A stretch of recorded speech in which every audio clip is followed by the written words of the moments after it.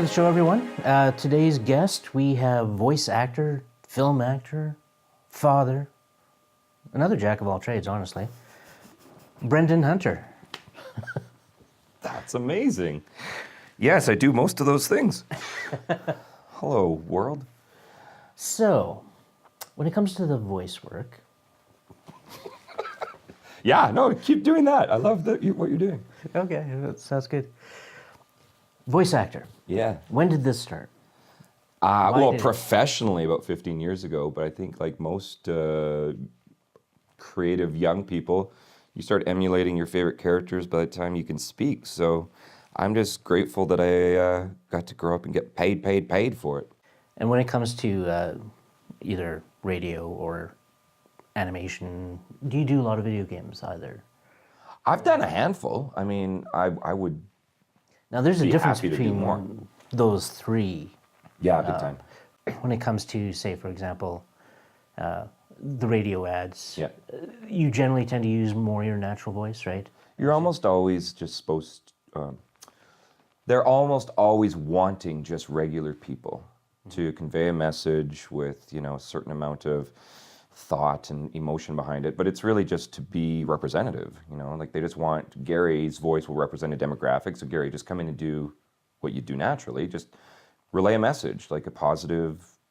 You're excited and happy to tell someone about this, and you're not speaking at an audience, you're speaking to someone. And then that translates in terms of our, mushy CPU up here that's like, oh, that felt really genuine, that felt engaging. I wanted to listen because it felt like they were talking to me. Like that's the shift in like the sales pitch, right? Like the buy, sell is really antiquated. You almost never get that unless it's a parody, and then those are super fun. But the reality is they just want like, yeah, okay, Gary, Brendan, come on in. Just have a conversation and just be like, hey man, I heard you're like in the mood for, upgrading your vehicle, and yeah, I've seen yours, it's not that great. So why don't you consider this offer that's going on at the blah, blah, blah. Just go down and check, and they're like, yeah, that's what we want. Here's the money, and that'll be on the radio. And you're like, it's so weird because you do less and less and less.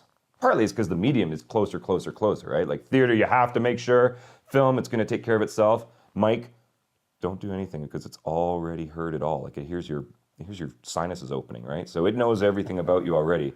So the less you do, the better. But when you talk about performance, people want to go in and do good work. So they get in the microphone, I am doing good work. Do you hear the good work that I am doing? And they're like, yeah, but do less. And then eventually they're like, but I'm doing nothing. They're like, good, just do that. Just do nothing, because that's enough. That's enough. It's just allowing yourself to be present and do the bare minimum of what would be required for the piece. Right. And I mean, that's commercial work. Correct. Like animation, no, don't do the bare minimum. Animation's like the most freeing holodeck that you just carry around in your own brain, right? Where you just like build a world, get weird, and the weirder the better, because that's what's so nice about cartoons. It's the most like cathartic, freeing performance that I've had an opportunity to be a part of, because to do that as simply as just expressing it with your voice and breath, I think it's fascinating. So, can you just tell us a few of the characters that you've played in animation, like certain animations that you've done and things like that? No, I don't do that. No, you don't do that, eh? You don't share these kind of things. I don't know. I mean, it's like I have to look up my own resume sometimes, because you do like 2 hours on a show 10 years ago, and it's still going. And you're like, wow, people still care, but they have to remind you what you did, because you went in for an afternoon session, busted out 3 or 5 or maybe the whole season, because you only had like a line here, 2 lines there, a scene at the end. Then you were revealed to be the big bad the whole time. You're like, well, that's cool, but how? You're actually teaching voice classes right now. And is that more just of a Alberta type scenario at this point, or are you kind of expanding beyond Alberta borders, or? Like I've had really little kids for the last decade, and they're finally getting school-aged, and I really wanted to just be around. And so I didn't do much traveling. I didn't do much conventions outside of Alberta.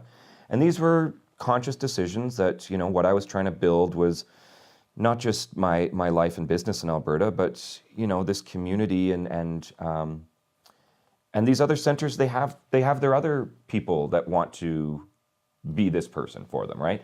You may want to go out to a Vancouver type of setting, but Vancouver doesn't likely need or want you. It's nothing against you. It's just they've got you. They've got enough of that. Yeah. And so, this kind of evolved from just being like a guest at conventions and people wanting to talk about the industry, and invariably the question was, yeah, cool that you're doing that. How do I do that? And it's like, yeah, that's fair, and I want you to do it. It's the most fun job I've ever had. And so what I say ad nauseum is, we can talk about swimming, but until we get in the pool, what's really the point, right? If we're not going to apply the skills and the talk and the learning, then it just kind of like in, out, and then you are left wanting. And then the next industry panel, you come in and you say, again, I want to do what you're doing. How do we do that? And so what ended up being the best evolution of that was I started just renting a studio in Alberta's major centers. And every couple of months or so, we'll take 8 students and we'll just spend an evening in a studio with an engineer on pro gear, in and out of the booth, and just working the main types of industry that the voice actor in Alberta has opportunity for. Right. And then we talk a lot about where in the province, but also online, they can start applying those skills today, whether it be for just, fan-made pieces that they just want, like community theater, but for voice actors, right? Like there's a ton of that, where people just want to make things.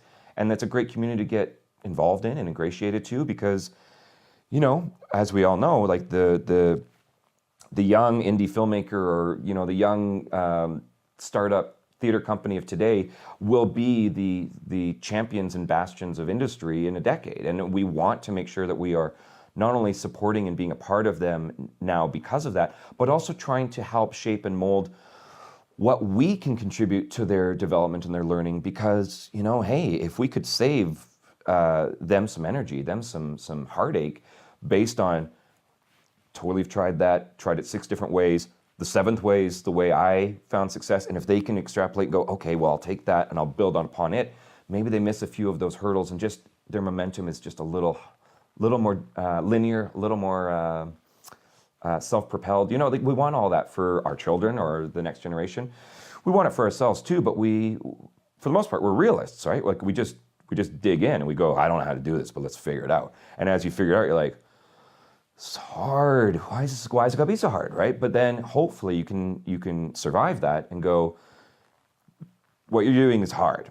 And I'll tell you my experience. You can take the anecdotes for what you want, but hopefully it's this reciprocal kind of nature of, I want you to do better. Like that's leave the planet a little better than you left it, right? Like we want every industry and every relationship to hopefully have some degree of that type of mentality. So, I don't even think I answered your question.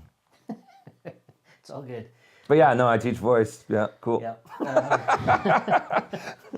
So, like you said, you've got 3 little ones right now. Yeah. Do you see any budding artists coming out of that group so far yet? It's really funny. Like our oldest is the most disciplined artist, but doesn't really want to perform. So she's very technical. She likes the practice. She likes the work. So she's in piano and she draws a lot, and she's a really good, like she's 9. So, she's starting to write her own stories, and her paintings and drawings are lovely. And it's just, she really just doesn't do it for any accolades. It's just really about her expression. And then my son, who's 6, he's the only real male energy in the house. Like, it's me and the girls and him, and he is the male energy, right? Like, this sticks a sword. No, this sticks a gun. Let's fight and wrestle until I cry. It's like, yeah, I get it. I grew up with a brother. That's what we did. And now I'm in a very estrogen-heavy household, and here's this, stereotypical male energy happening. But he's really like, look at me, look what we're doing, look at me. But there's no discipline to it, right? So it's this kind of nice polar opposite. And then we've got a 3-year-old who is checking the room, and then we'll do something. Get a response, gauge, check, do again. She's hilarious. And you want them to hopefully hold on to these personalities, because sometimes they're just fleeting little developmental cycles, right? And yes. But when I built my home isolation booth, she's 3, she's curious, she wants to be a part of things. She can't really help much with the tools and the build part of things, but she's involved. So she's bringing me panels, and I'm putting the soundproofing panels on the wall, and she brings me another one and helping, right? It's great. But the first I guess the first power up of the booth. You know, like I set everything up, I get the headphones out, and she's like, "Can I try?" I'm like, "That makes sense. Like, let's do that. Like, that's really sweet." So I get a stool, and she's, you know, now tall enough to be able to. And so she's got the headphones on, which are as big as her little head because they're, you know, they're big cans. And then she's got the microphone there. She's like, "Hello." And the response of, like, you know, hearing it differently for the first time, right? But for the new talent, that's a huge part of it, right? It's like, "Oh, I'm so embarrassed. I can't believe I sound like that. Oh gosh." And yet, you know, the purity of a 3-year-old, or, you know, the innocence of youth or whatever, to just like make little sounds, hear them, be filled with this glee that they are doing something new, doing something interesting, doing something creative. I think she's gonna want to do more and more and more of it. And my son too, he wants to, geez, he's such an 80s child. He wants to grow up to be a professional video game player. Ah, yes. Which unfortunately is now a thing. So at least in the 80s, our parents could say that's not a thing, but now, you know, it is, so. I'm still striving for that myself. Yeah, right? And so I said, well, what might be better is if you were a video game maker. He's like, would I still get to play the video games? I'm like, you would have to play the video games. Okay, I'm in. But at least now he needs like a certain amount of education and understanding of programming. It's like, great, okay, you know, story, you know, like it'd be great if he didn't just like sit there mashing buttons thinking, get paid, although, you know, there's a few YouTube and Twitch channels that's all they need to do. Yeah, you see, he could actually develop the game. Yeah. Be the voice actor for all the voices in the game. Hilarious. And then play the game himself. Like, it's just a one-man show, right? Okay. Just Yeah, just say that again. Real slow, okay. I'm just inventing this idea right now. Right, yes. Completely your idea, totally, yeah. For your family in general, Yeah. from what I know of you anyway, like your whole family is pretty talented. For example, even your wife, she started her own business now, correct? Yeah, she was making bath and body products for quite a while, and then I started. I don't even remember what happened, but I started getting really hairy. Like I mean, like long beard, long hair. And then as an actor, you just get locked into it. Like you're like, oh yeah, no, I like that look, let's book it. And then from that, you go and do the job, and then you have that look, and then someone else is like, hey, I want to do this project, and I really like what you're doing with your mustache these days. And it's like, eventually, like the beard was down to here, I had like long hair, and if I didn't like condition it and, you know, like comb it and put product in it, then I just looked transient. And so she eventually took it upon herself to like figure out how to make mustache waxes and beard balms, but mostly so that I wasn't embarrassing to look at. Right. And so eventually, you know, she was working with different mediums, and, you know, like the oils are pretty straightforward. You know, like you can just choose to scent them with different essential oils, and you can choose kind of your base oil. But when it came to mustache wax, and I was doing like big curly Q mustaches, and it created a need for a pretty specific type of hold. We weren't finding it in a lot of the, you know, over-the-counter marketplace types of things. Like we were going to barbershops and trying things out, and it's like, well, it's just wasn't the right spectrum of hold and just the needs of this specific, you know. So she curated a custom line of these products, basically, so we could kiss again. So does she have a product line name? Yeah, it's called Cauldron Care. It's got this cute little witch on a broomstick. And yeah, there's a little magic in every bottle. My wife's products can be found at cauldroncare.com. I've known that for years. All right. Yeah. It's good to know, yeah. No. So if you guys are looking for any sort of facial If you want hair, your beard to smell like Brendan Hunter's beard, go to cauldroncare.com now. future projects, anything on the go? Yeah. Yeah, I'm doing a couple of video games with an Alberta voice company called Hermit Sherpa. And those are a lot of voice actors that I've been working with for 15 years through all the animes and things like that. And they've got their own studio now, and so they've been starting to secure some contracts for video games. And I've been doing a lot of. I used to produce feature films, but I don't know how you get paid on those things. So I've moved that energy to producing live shows for large events like casinos and things like that. And that's been brilliant.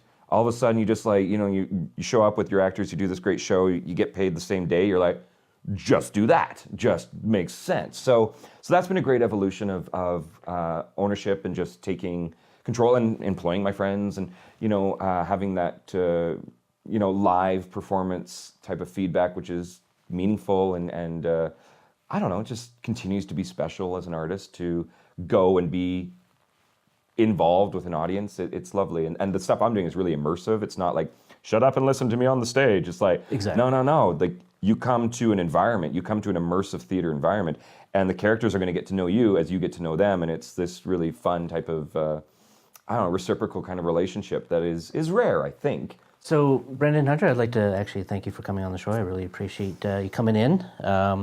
So anybody who wants to check out any of Brendan's stuff, go to brendanhunter.com. Check out his stuff on IMDb so you can see what characters he's done. I think you have to go to like Anime News Network or something for all of my like anime stuff. But yeah, you'll figure it out. Sounds good. Well, thanks again. Appreciate you coming on. How does this work?